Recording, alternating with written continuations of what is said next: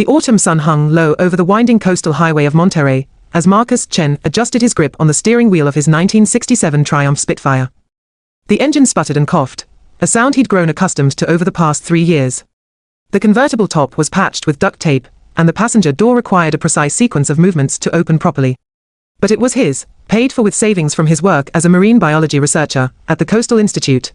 Marcus had spent the morning at a community meeting about the proposed development of the harbor, a luxury marina complex that would displace dozens of local fishing families. He'd spoken passionately against it, presenting data on how the construction would devastate the kelp forests and tide pools that sustained the ecosystem. The developers had smiled politely and ignored him. Now, driving home along the Pacific Coast Highway, he tried to shake off his frustration. The road curved along dramatic cliffs, the ocean sparkling far below. It was here that Marcus found peace, in the salt air, the cry of gulls, the ancient rhythm of waves against stone-dotted deep. Aggressive rumble interrupted his thoughts. In his rearview mirror, a gleaming silver Lamborghini Aventador appeared, closing the distance with shocking speed. The car flashed its headlights impatiently. Though there was no safe place to pull over on this narrow stretch of road, Marcus maintained his speed, staying carefully in his lane. The Lamborghini surged forward until it was mere feet from his bumper, then dropped back, then surged again, a dangerous game of intimidation. At the next turnout, Marcus pulled over to let the aggressive driver pass. But the Lamborghini didn't continue. Instead, it swung into the turnout ahead of him, blocking his exit. A man stepped out, tall, dressed in an immaculate charcoal suit despite the casual beach setting. His silver watch caught the sunlight like a challenge. "That's your car." The man's voice dripped with amusement. He approached the Triumph, as if examining a museum piece of spectacular failure. "I didn't know they let moving violations stay on the road. I thought they towed relics like this to junkyards." Marcus stepped out slowly, keeping his expression neutral. "It gets me where I need to go." "Barely." The man circled the Triumph, laughing at the patches of rust, the mismatched replacement fender. "I'm Damien Wolfe. Perhaps you've heard of me, Wolfe Development Group. I'm the man turning this sleepy coastline into something that actually matters." Recognition flickered through Marcus. This was the developer from the meeting, the man behind the marina project that would destroy everything the local community had built. "I know who you are," Marcus said quietly. "Then you know I don't waste time on insignificant things." Damien gestured dismissively at the Triumph. "I'll make you a deal, just for entertainment value. If you can keep up with me to the lighthouse overlook, 5 miles up this highway, I'll give you my Lamborghini. Title, keys, everything." He laughed, the sound sharp and cruel. "But when you can't, and you absolutely can't, you'll admit that people like you need to step aside for people like me.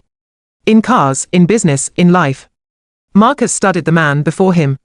He recognized the type, someone who measured worth in dollar signs and horsepower, who believed speed and wealth could flatten any obstacle, including people. "And if I decline your race?" Marcus asked. "Then you're exactly what I thought, someone who knows his place at the bottom." Damien leaned against his Lamborghini, arms crossed. "Tell me, what do you do for work?" "Let me guess, surf instructor. Coffee shop barista." "I'm a marine biologist." "Oh, even better." Damien's grin widened. "You're one of those people at the meeting this morning, crying about fish and seaweed while standing in the way of a $50 million development. Do you know what I make in a day? More than you'll earn in a decade of playing with starfish." Something hardened in Marcus's chest. Not anger at the insult to himself, but at the casual contempt for the work he loved, for the ecosystem he devoted his life to protecting, for the fishing families who would lose their livelihoods. "I'll race you," Marcus said calmly. Damien's eyebrows rose in genuine surprise, then delight. "Excellent. This will be the most entertaining 5 minutes of my week." He pulled out his phone. "I'm recording this. When you break down halfway up the first hill, I want it documented." They returned to their vehicles. Marcus settled into the Triumph's worn seat, his hands steady on the wheel. He knew this road. More importantly, he knew this car, every quirk, every weakness, every surprising strength. Damien revved the Lamborghini's engine, a roar of 12 cylinders and 700 horsepower. Then he shot forward like a missile, the supercar's acceleration pressing him back into Italian leather seats. Marcus followed at his own pace.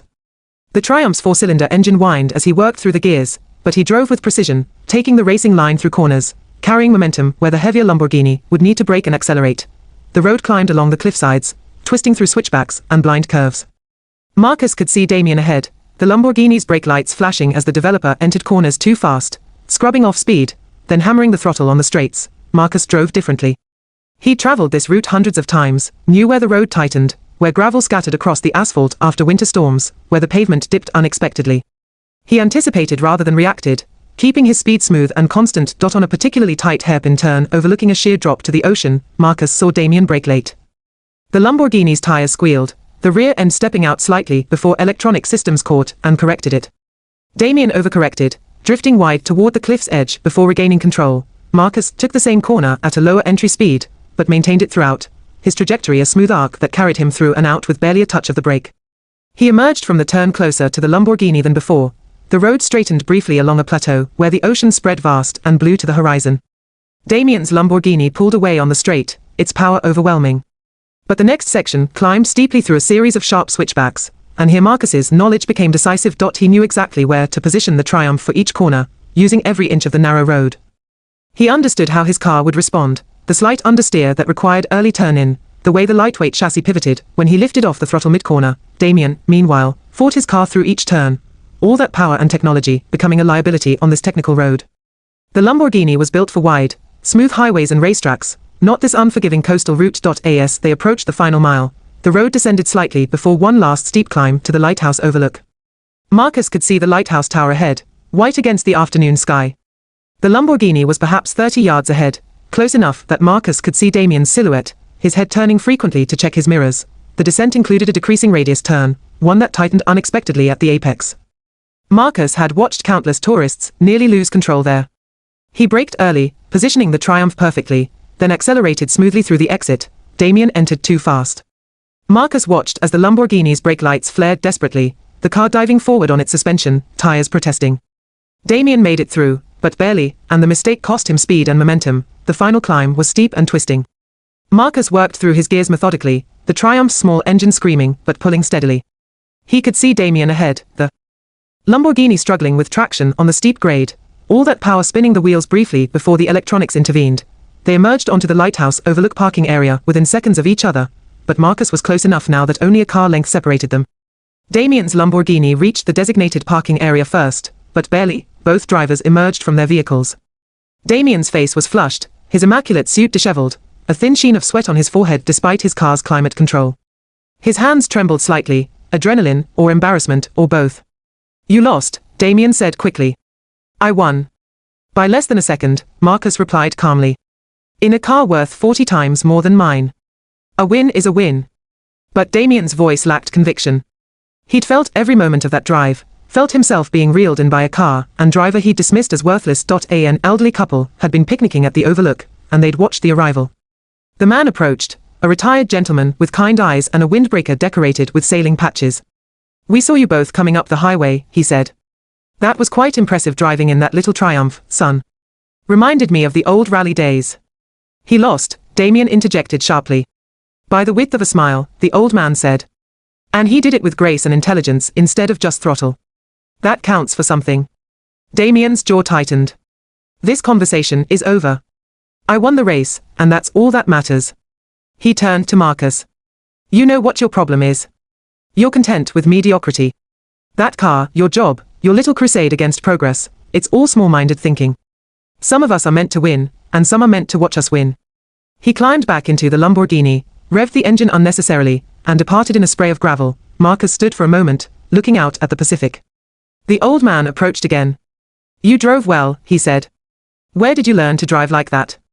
"My grandfather," Marcus replied. "He taught me that driving isn't about having the fastest car. It's about understanding the road, knowing your vehicle, making intelligent decisions." He said that applies to life too. The old man smiled. "Your grandfather was wise." 2 weeks later, Marcus sat in the packed town hall for the final vote on the harbor development. The fishing families filled the seats, their faces anxious. Damien Wolfe sat at the front with his lawyers and architects, confident as always, but something had changed. One of the city council members, the eldest, a woman who'd lived in Monterey her entire life, had reviewed Marcus's environmental impact data more carefully. She'd consulted with independent experts. Now she rose to speak. "I've spent considerable time reviewing Dr. Chen's research," she began, using Marcus's title deliberately. "The environmental damage this project would cause is not theoretical, it's measurable, significant, and potentially irreversible. Furthermore, the economic analysis shows that preserving our fishing heritage and developing ecotourism around our natural marine habitats would generate more sustainable long-term revenue than a luxury marina that benefits a handful of wealthy boat owners." The vote was closer than expected, but the development was rejected. Damien stormed out before the final tally was announced. As he passed Marcus in the aisle, he leaned close and hissed, "You think you won something? But people like you, you'll always be driving that pathetic car, struggling to make ends meet, while people like me move on to the next opportunity." Marcus met his gaze calmly. "I think you're right that we're different. But not in the way you imagine." Outside, the fishing families celebrated. Children ran in circles while their parents embraced, relieved. An elderly fisherman approached Marcus, his hands calloused from decades of work. "Thank you," the man said simply. "My grandson will be able to learn the trade now. That means everything." Marcus walked back to his Triumph in the parking lot. The duct tape on the convertible top fluttered slightly in the evening breeze. He ran his hand along the worn door handle, thinking about the race, about Damien's contempt, about what victory actually meant. The car started on the second try, the engine settling into its familiar rhythm. As Marcus drove home along the darkening coastline, he thought about his grandfather's words.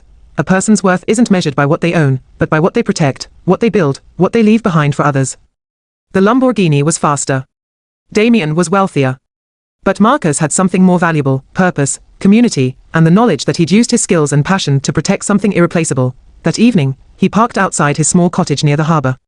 Through the window, he could see his research notes spread across the kitchen table, a new study on kelp forest regeneration he was preparing. The work would continue, unglamorous and underpaid, but essential. Marcus smiled. Let others measure success in horsepower and dollar signs. He'd found his race worth running, and no one could take that from him. The old Triumph sat in the driveway, rust and duct tape and all, ready for tomorrow's journey.